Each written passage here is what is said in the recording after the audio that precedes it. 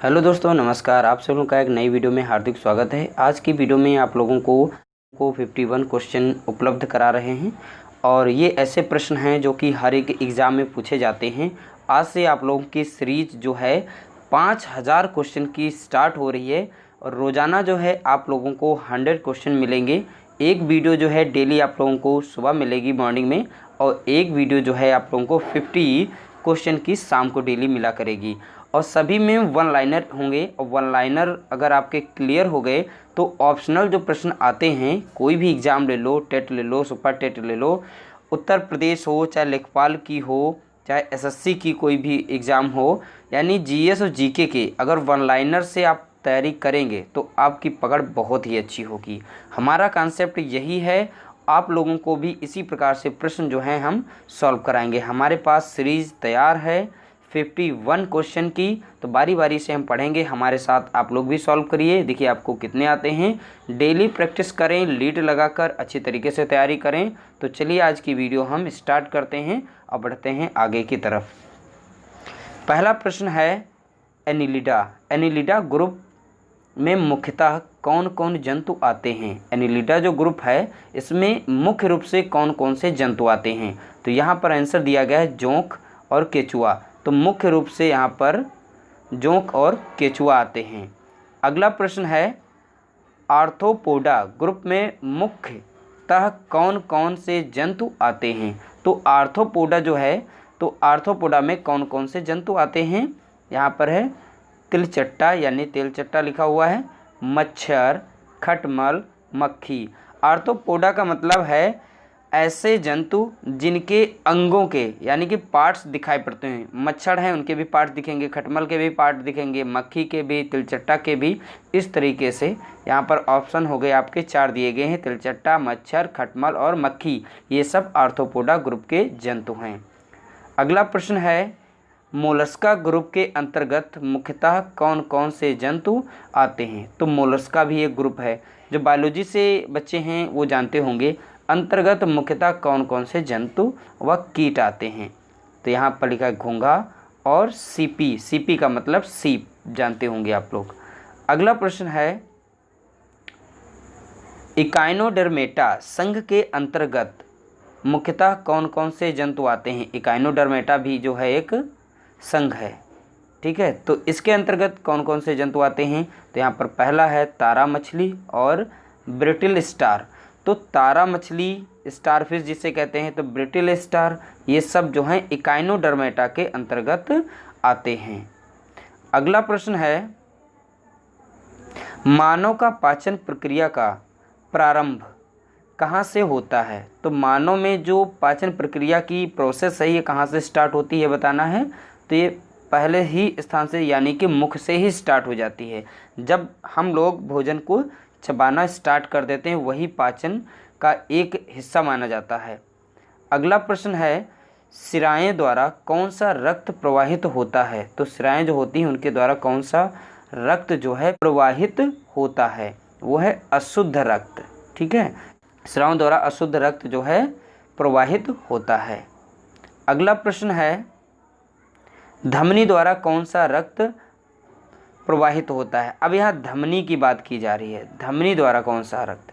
तो ये है शुद्ध रक्त। तो शुद्ध रक्त जो है धमनी के द्वारा प्रवाहित होता है। कई बार पढ़ेंगे, तैयार हो जाएगा। अगला प्रश्न है कौन सा विटामिन जल में घुलनशील होता है? तो विटामिन बी और सी ये जल में घुलनशील होते हैं, बी सी। तो विटामिन बी, विटामिन सी जल में घुलनशील होते हैं। अगला प्रश्न है सोडियम का कार्य क्या है? यानी बताना है सोडियम का कार्य क्या है। तो सोडियम का कार्य बताना है यह रक्त दाब नियंत्रण करने में सहायक होता है तथा जल का संतुलन बनाए रखता है। तो मेन रूप से कार्य क्या हो गया? रक्त दाब यानी ब्लड प्रेशर को नियंत्रण करने में ये हेल्प करता है और जल का संतुलन बनाए रखने में भी हेल्प करता है। तो यहाँ सोडियम का आप उपयोग जान चुके होंगे। अगला प्रश्न है पोटेशियम का कार्य क्या होता है? तो पोटेशियम का कार्य भी बताया गया है, यह हृदय की धड़कन, नाड़ी संस्थान के कार्यों को संचालित करता है। तो ये कार्य किसका है? ये पोटेशियम का है। तो पोटेशियम के कार्य हो गए हृदय की धड़कन एवं नाड़ी संस्थान के कार्यों को संचालित करता है। अगला प्रश्न है, ग्लूकोज बिना ऑक्सीजन की उपस्थिति में, ठीक है, मांसपेशियों में प्रतिक्रिया कर क्या बनता है। यानी कि ग्लूकोज बिना, जब ग्लूकोज ना हो और जो है ऑक्सीजन उसकी भी उपस्थिति ना हो, तो मांसपेशियों में जो प्रतिक्रिया कर जो बनता है वो होता है लैक्टिक अम्ल, यानी कि लैक्टिक अम्ल बन जाता है उस समय पर। अगला प्रश्न है, ग्लूकोज बिना ऑक्सीजन के। अब देखिए यहाँ पर ध्यान से समझिएगा, ग्लूकोज बिना ऑक्सीजन की उपस्थिति में बैक्टीरिया या ईस्ट से प्रक्रिया कर क्या बनता है। यानी कि यहाँ पर बताया गया है ग्लूकोज बिना, ठीक है, ऑक्सीजन की उपस्थिति में बैक्टीरिया या ईस्ट से प्रतिक्रिया कर क्या बनाते हैं, ये बनाते हैं एथाइल एल्कोहल। इसका राइट ऑप्शन क्या होगा, एथाइल एल्कोहल। अगला प्रश्न है, ऑक्सीजन की उपस्थिति में ग्लूकोज की प्रतिक्रिया होती है तो क्या बनता है। ठीक है, ऑक्सीजन की उपस्थिति भी है और ग्लूकोज की प्रतिक्रिया हो रही है, उस समय क्या बनेगा, तो बनेगा कार्बन डाइऑक्साइड और जल का निर्माण होगा, यानी CO2 बनेगी, ठीक है, और जल यानी कि H2O भी बनेगा। अगला है, एनिलिडा में उत्सर्जन उससे, ठीक है, उसके किस उत्सर्जी अंग द्वारा होता है। यह नेफ्रिडिया उत्सर्जी अंग है जिसके द्वारा क्या होता है, उत्सर्जन किया जाता है। अगला प्रश्न है, मूत्र का pH मान कितना होता है। मूत्र का pH मान कितना होता है, वो 6 होता है। 6 यानी कि 7 से कम, 7 है हमारा न्यूट्रल, ठीक है, 7 से जो कम होते हैं यानी कि हमारे 1, यहाँ 6, 5 और करके ऐसे नीचे की तरफ 1 की तरफ जाएंगे, यानी घटते हुए क्रम में जाएंगे तो ये एसिडिक होते जाएंगे, यानी अम्लीय होते जाएंगे। तो ये है, यहाँ पर 6 लिखा, माइनस नहीं है, ये 6 दिया गया है। तो pH मान कितना होता है, 6 होता है। बहिस्रावी एवं अंतःस्रावी दोनों, ठीक है, किस प्रकार की, यहाँ लिखा प्रकार किस ग्रंथि में आते हैं। तो ये बहिस्रावी ग्रंथियाँ और अंतःस्रावी ग्रंथियाँ दोनों प्रकार, ठीक है, किस ग्रंथि के अंतर्गत आते हैं। इसका राइट ऑप्शन है अग्नाशय, ठीक है। तो अग्नाशय एक ऐसी है, उसमें बाह्यस्रावी और अंतःस्रावी दोनों ग्रंथियां उपस्थित होती हैं, इसलिए इसका आंसर क्या हो गया, अग्नाशय। अगला प्रश्न है, पीयूष ग्रंथि या पिट्यूटरी ग्रंथि को किस अन्य नाम से जाना जाता है। तो पीयूष जो ग्रंथि होती है और पिट्यूटरी ग्रंथि, ठीक है, दोनों का नाम, यानी कि एक ही ग्रंथि को 2 नामों से जाना जाता है, ठीक है, पिट्यूटरी कहें या पीयूष कहें, यानी कि दोनों को जाना जाता है मास्टर ग्रंथि। तो मास्टर ग्रंथि के नाम से जाना जाता है। प्रश्न बहुत ही अच्छे हैं, आप लोग इसी तरह वीडियो से हमारी जुड़े रहिएगा, चैनल से जुड़े रहें और इसी प्रकार से आप लोगों को जो ये प्रश्न हैं अच्छे मिलते रहेंगे।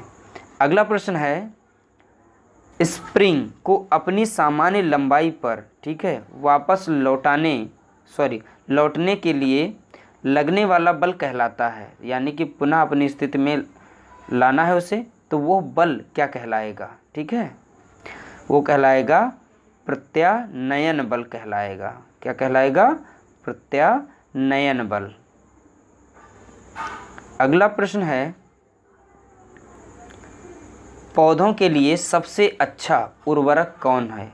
ठीक है, पौधों के लिए सबसे अच्छा उर्वरक कौन है, वो है कंपोस्ट। यानी कि पहले गांव में जो खाद बनती थी, ठीक है, कूड़ा करकट हो गया, जानवरों का मलमूत्र हो गया, उससे जो तैयार किया जाता था उसे कहते थे कंपोस्ट। ठीक है, तो ये जो है पौधों के लिए सबसे अच्छा माना जाता है। अगला प्रश्न है, पेट्रोलियम किस प्रकार की चट्टानों में पाया जाता है। पेट्रोलियम यानी कि आप लोग समझते होंगे जिससे पेट्रोल है, केरोसिन है, डीजल है, ये सब बनाया जाता है, तो उसे कहते हैं पेट्रोलियम। तो पेट्रोलियम जो है किस प्रकार की चट्टानों में पाया जाता है, वो अवसादी चट्टानों में पाया जाता है। अगला प्रश्न है, गुब्बारों को उड़ाने के लिए, ठीक है, काम में लाई जाने वाली कौन सी गैस होती है, यहाँ पर कौन गैस होती है या कौन सी गैस होती है, गुब्बारे जो हवा में उड़ते हुए देखते हैं तो उसमें होती है हीलियम गैस भरी होती है। उसमें कौन सी गैस भरी होती है, हीलियम गैस भरी होती है। अगला प्रश्न है DDT का प्रयोग किस रूप में किया जाता है। तो DD का प्रयोग इस तरीके से आती थी लिख के पहले, तो अब इस समय DD का प्रयोग नहीं किया जा रहा है, तो DD का प्रयोग कीटनाशी के रूप में प्रयोग किया जाता था। तो DD का प्रयोग किसमें किया जाता था, कीटनाशी में। अगला प्रश्न है इथेनॉल के अत्यधिक सेवन से कौन सा अंग प्रभावित होता है। अगर हम इथेनॉल जिसे कहते हैं इसका अधिक सेवन करें तो हमारा कौन सा अंग प्रभावित होगा, ठीक है, वो हो जाएगा यकृत। यकृत यहाँ पर अंग प्रभावित होगा। अगला है सभी अम्लों में अनिवार्य रूप से पाए जाने वाला पदार्थ क्या है। यानी जितने भी अम्ल यानी कि एसिड्स होते हैं उसमें एक ऐसा पदार्थ है, ठीक है, तो वो कौन सा है जो सभी एसिड में पाया जाता है, वो होता है हाइड्रोजन। ऐसा कोई मान लीजिए कंपाउंड दिया हुआ है जिसमें हाइड्रोजन नहीं है, वो एसिड के अंतर्गत नहीं आएगा।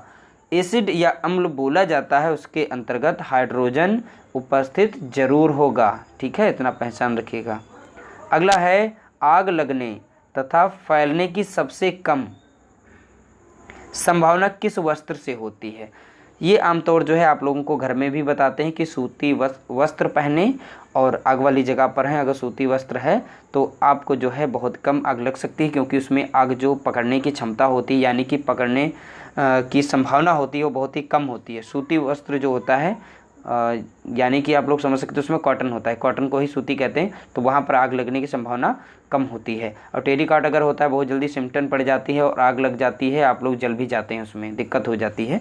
अगला प्रश्न है लोहा का सबसे महत्वपूर्ण स्रोत कौन सा होता है।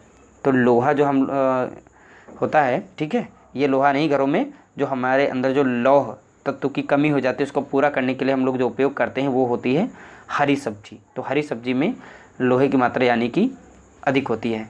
अगला है गैसोलीन को किसके साथ मिश्रण करके गैसोहॉल बनाया जाता है, ठीक है, तो यहाँ पर ये बताना है गैसोलीन जो है किसके साथ मिश्रण करने पर गैसोहॉल बन जाता है या बनाया जाता है। इथाइल एल्कोहल के साथ अगर गैसोलीन को मिला देते हैं तो गैसोहॉल बन जाता है। अगला प्रश्न है तात्कालिक ऊर्जा या शक्ति, ठीक है, धावकों को कौन सा पदार्थ दिया जाता है। अगर आप दौड़ के आते हैं और हाँफने लगते हैं, ठीक है, तो आप लोगों को जो वहाँ पर वॉलंटियर्स होते हैं वो क्या देंगे, ग्लूकोज देंगे, खाने को कुछ नहीं देंगे, ग्लूकोज देंगे, और ग्लूकोज से ही हमारे शरीर में ऑक्सीजन मिलती है, ठीक है, बहुत ही, इसलिए ग्लूकोज का प्रयोग किया जाता है। कोई भी हम लोग हार्ड वर्क करते हैं तो वहाँ पर हम ग्लूकोज का अधिक सेवन करते हैं।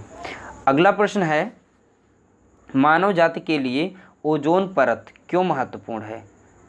तो मानव जाति के लिए ओजोन परत क्यों महत्वपूर्ण है, आप लोग समझते होंगे, ओजोन के बारे में समझते हैं, O3 इसका फार्मूला होता है, लेकिन यहाँ पर क्यों महत्वपूर्ण है ये बताना है। तो पराबैंगनी किरणों को रोकने के लिए एक रक्षा आवरण बनाती हैं। तो UV किरणें जो आती हैं, अल्ट्रावायलेट किरणें, ये आती हैं हमारे सन से, सूरज से आती हैं, ठीक है, सन से आती हैं अल्ट्रावायलेट, जो कि हमारे स्किन या स्किन कैंसर, हमारी अन्य प्रकार की डिसीजेस फैला सकती हैं। इनको रोकने के लिए जो है, ठीक है, पराबैंगनी को रोकने के लिए तो ओजोन लेयर जो होती है ये काम करती है। अब ये हमारी कैसे काम करती है, ये रक्षा कवच के रूप में काम करती है, लेयर बनी हुई है।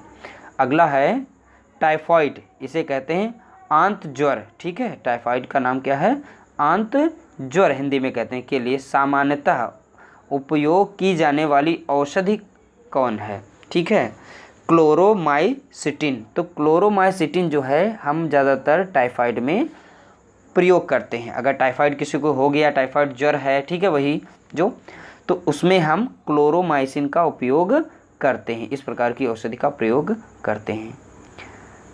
गैस की लौ की, ठीक है, सबसे गर्म हिस्से को क्या कहते हैं। गैस की जो लौ होती है, जो सबसे गर्म होती है, उसे क्या कहते हैं, उसका नाम क्या है ये बताना है। उसका नाम क्या है, ज्योतहीन क्षेत्र, क्या नाम है उसका? ज्योतहीन क्षेत्र, इंग्लिश में कहते हैं नॉन ल्यूमिनस जोन। अगला प्रश्न हो जाता है यहाँ पर, सोने का शुद्ध रूप कितने कैरेट होता है? तो सोने का जो है शुद्ध रूप कितने कैरेट होता है ये बताना है। तो यहाँ पर आंसर दिया गया है 24 कैरेट का शुद्ध सोना माना जाता है। अगला प्रश्न है, सिनेबार, सिनेबार किसका अयस्क है? तो सिनेबार जो है ये बताना है किसका अयस्क है? ये पारा का अयस्क है, पारा यानी कि मरकरी का अयस्क है। अगला प्रश्न है, शरीर के ताप का नियंत्रण किसके द्वारा होता है? तो शरीर के जो ताप है, ठीक है, किसके द्वारा नियंत्रण होता है? हाइपोथैलेमस जो ग्रंथि होती है उसके द्वारा शरीर का ताप नियंत्रण किया जाता है। अगला प्रश्न है, लाल अस्थि मज्जा में किसका निर्माण होता है? लाल अस्थि मज्जा में किसका निर्माण होता है? तो यहाँ पर होता है लाल रक्त कणिकाओं का, लाल रक्त कणिकाओं का। अगला प्रश्न है, कशेरुक दंड में कितनी हड्डियाँ होती हैं? कशेरुक दंड में कितनी हड्डियाँ होती हैं? इसमें 33 यानी 33 हड्डियाँ कशेरुक दंड में पाई जाती हैं। अगला प्रश्न है, बीसीजी का पूरा नाम क्या है? बीसीजी, तो बीसीजी का पूरा नाम क्या है विस्तार में बताना है। बैसिलस कैलमेटे-ग्लूरिन, तो बैसिलस कैलमेटे-ग्लूरिन ये बीसीजी का पूरा नाम है यानी कि फुल फॉर्म है। अगला है, एथलीट फुट नामक रोग, तो एथलीट फुट नामक रोग किससे होती है? ठीक है, ये बताना है, ये कवक द्वारा होती है। अगला प्रश्न है, दमा नामक रोग किससे होता है? दमा यानी कि अस्थमा, तो दमा या अस्थमा कह सकते हैं, तो किसके द्वारा होता है? ये होता है कवक के द्वारा होता है। राइट आंसर क्या होगा? कवक होगा। अगला है, फाइलेरिया नामक रोग किस कारण से होता है? तो फाइलेरिया नामक रोग किस कारण होता है? ये होता है कृमि यानी कि वार्म, जिसे कहते हैं एलिफेंटिएसिस। इस रोग का नाम मतलब यानी कि हाथी जैसा पाँव दिखने लगे, उसे फाइलेरिया, ठीक है, फाइलेरिया। अगला है, जब एक वस्तु की वेग दुगनी की जाती है, ठीक है, जब एक वस्तु की वेग जो है दुगनी की जाती है तो उसकी गतिज ऊर्जा कितने गुना बढ़ जाती है? वो चौगुनी बढ़ जाती है यानी 4 गुना बढ़ जाती है। जब एक वस्तु की वेग दोगुनी की जाती है तो उसकी गतिज ऊर्जा चौगुनी बढ़ जाती है। इस लाइन को याद रखना अच्छी तरीके से। सूत्र कणिका को अन्य नाम से भी जाना जाता है, तो सूत्र कणिका जो होती है उसको अन्य नाम से भी जाना जाता है। वह नाम क्या है? माइटोकॉन्ड्रिया, ठीक है, तो माइटोकॉन्ड्रिया सूत्र कणिका को अन्य नाम से जाना जाता है, यानी कि वो हो गया आंसर माइटोकॉन्ड्रिया। वट वृक्ष पादपों के किस वर्ग में आता है? तो वट वृक्ष जो है पादपों के किस वर्ग में आता है? वो आता है आवृत बीजी, ठीक है, एंजियोस्पर्म यहाँ पर बोला गया है, इसे कहते हैं आवृत बीजी। अगला है, flame of the forest one की ज्वाला का अर्थ होता है। फ्लेम ऑफ द फॉरेस्ट यहाँ पर जो लिखा गया है का अर्थ होता है ऐसे पेड़ों से भरा वन जो पतझड़ में फूलते हैं और लाल फूल बिखेरते हैं, ठीक है, इसे कहते हैं फ्लेम ऑफ द फॉरेस्ट बोलते हैं। पेनिसिलिन किससे बनाया जाता है? ये ज़्यादातर प्रश्न पूछा जाता है। पेनिसिलिन किससे बनाया जाता है? ये बनाया जाता है कवक से बनाया जाता है। अगला प्रश्न है, लाइकेन। लाइकेन को 2 जीवधारियों का सहजीवी सहचर्य समझा जाता है, ठीक है, वो जीव कौन कौन से हैं? तो लाइकेन जो बनता है यहाँ पर 2 जीवधारी होते हैं, ठीक, इन्हें सहजीवी या सहचर्य समझा जाता है, मतलब एक सहयोग से जीवित रहते हैं। अब वो सहयोग एक दूसरे का कौन करते हैं? वो करते हैं शैवाल एवं कवक, शैवाल एवं कवक। यह सहजीवी सहचर्य पूछा जाए, लाइकेन बोला जाए तो उसके अंतर्गत में क्या बताएंगे, शैवाल एवं कवक। अगला है आमतौर पर संश्लेषित वृद्धि माध्यम और बेकरी में काम में लाया जाने वाला एगार, तो एगार का नाम सुना होगा आप लोगों ने, किससे प्राप्त होता है, वो प्राप्त होता है शैवाल से प्राप्त किया जाता है। अगला प्रश्न है लौंग किससे प्राप्त होती है। लौंग का उपयोग सभी लोग ज़्यादातर करते हैं, पूजा पाठ में किया जाता है, लेकिन ये लौंग मिलती किससे है, ये मिलती पुष्प की कली से मिलती है, तो पुष्प की कली से लौंग को प्राप्त किया जाता है। अगला है अनशन या उपवास की लंबी अवधि के दौरान शरीर में अशर्करा वर्गीय पूर्ववर्ती से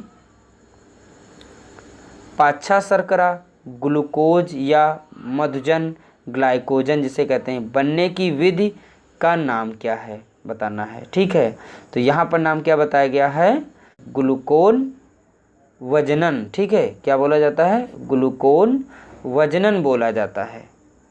अगला है सभी जीवधारियों में, बताना है सभी जीवधारियों में पाया जाने वाला कौन सा यौगिक है जिसमें भरपूर मात्रा में फास्फोरस पाया जाता है।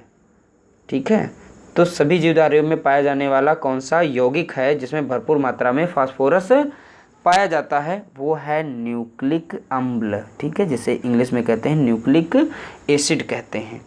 अगला प्रश्न है भारत में केंद्रीय धान अनुसंधान संस्थान, ठीक है, बताना है इस वीडियो का लास्ट क्वेश्चन, भारत में केंद्रीय धान अनुसंधान केंद्र कहाँ है। ठीक है, यह है कटक, यानी कटक कहाँ पड़ता है, उड़ीसा में, उड़ीसा में पड़ता है कटक। तो ये जो है धान अनुसंधान केंद्र है कहाँ का, भारत में केंद्रीय धान अनुसंधान संस्थान यह केंद्र कहाँ पर है, बताना है कटक उड़ीसा में। तो ये कुछ 51 इम्पॉर्टेंट वन लाइनर प्रश्न थे। ऐसे ही और भी वीडियोस पाने के लिए आप लोग जो है हमारी वीडियो को जो है ज़्यादा से ज़्यादा शेयर करें और ज़्यादा से ज़्यादा देखें। इसी प्रकार से आप लोगों को 5000 जो हैं हम वन लाइनर जो प्रश्न हैं प्रोवाइड कराएंगे और सभी अच्छे अच्छे होंगे। तो इसलिए आप लोग जो है हमारे चैनल को सपोर्ट करें, वीडियो को ज़्यादा से ज़्यादा शेयर करें और मिलेंगे एक नई वीडियो के साथ। तब तक के लिए नमस्कार, जय हिंद, जय भारत।